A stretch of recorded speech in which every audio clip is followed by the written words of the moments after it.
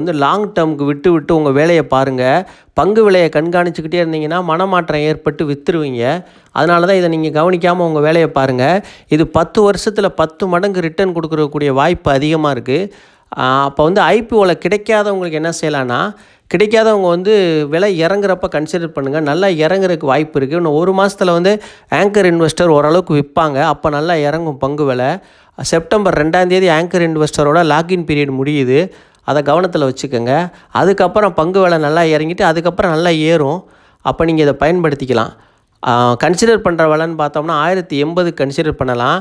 அப்புறம் 1990க்கு கன்சிடர் பண்ணலாம். 3வது முறையாக 920க்கு வந்தால் கன்சிடர் பண்ணலாம். அதை விட கீழே போனாலும் இன்னொருக்கா கன்சிடர் பண்ணலாம்.